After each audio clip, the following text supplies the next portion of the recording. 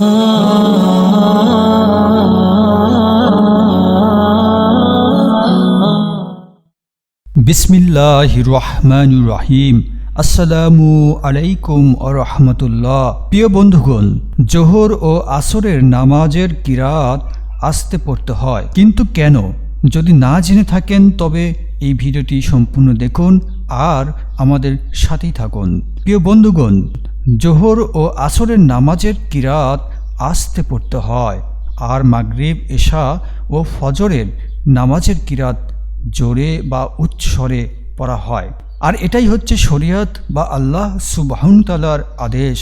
আল্লাহর রাসূল সাল্লাল্লাহু আলাইহি সাল্লাম এর আমল দ্বারা প্রমাণিত, যার কারণে এভাবেই আমল করা প্রতিটি মুসলমানের জন্য কর্তব্য, কেননা এটি মহান আল্লাহ তাআলার হুকুম।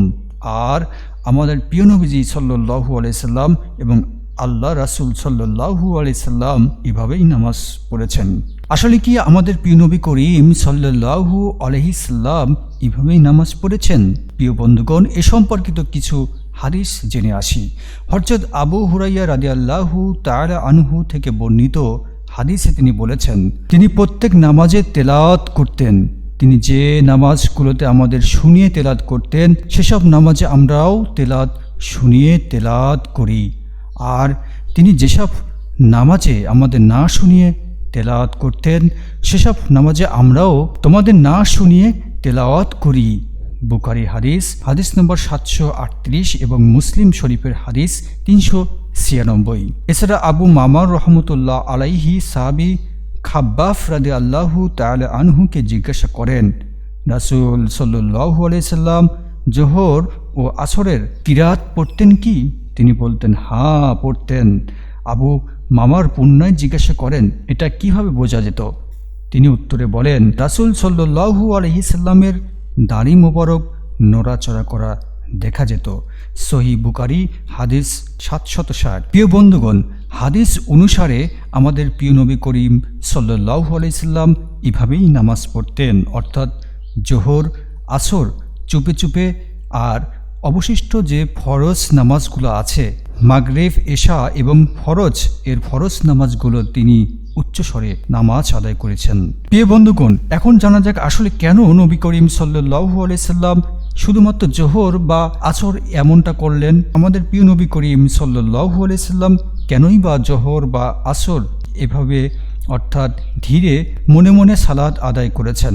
প্রিয় বন্ধুগণ, শুরুর দিকে আমাদের প্রিয় নবী করিম সাল্লাল্লাহু আলাইহি সাল্লামও প্রত্যেক ওয়াক্তের ফরজ নামাজগুলো উচ্চ স্বরেই আদায় করতেন, কিন্তু ওই সময় কাফের মুশরিকরা একত্রিত হয়ে থাকতো। যখন আদায় করত মুসলিমগণ, তখন তারা ধুলিবালি, ইট পাটকেল, নারী ভুঁড়ি নিক্ষেপ করত, এতে নামাজের ব্যাঘাত ঘটত।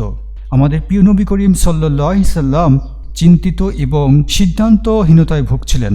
আল্লাহ সুবহানাহু ওয়া তাআলার নির্দেশে জিবরাইল আলাইহিস সালাম নবী করিম সাল্লাল্লাহু আলাইহি সাল্লামকে তালিম দিলেন। তিনি জানালেন, কাফের মুশরিকরা দিনের বেলায় অনেক বেশি সক্রিয় থাকে, তাই আপনি জোহর, আসর এর সালাত মনে মনে সালাত আদায় করুন।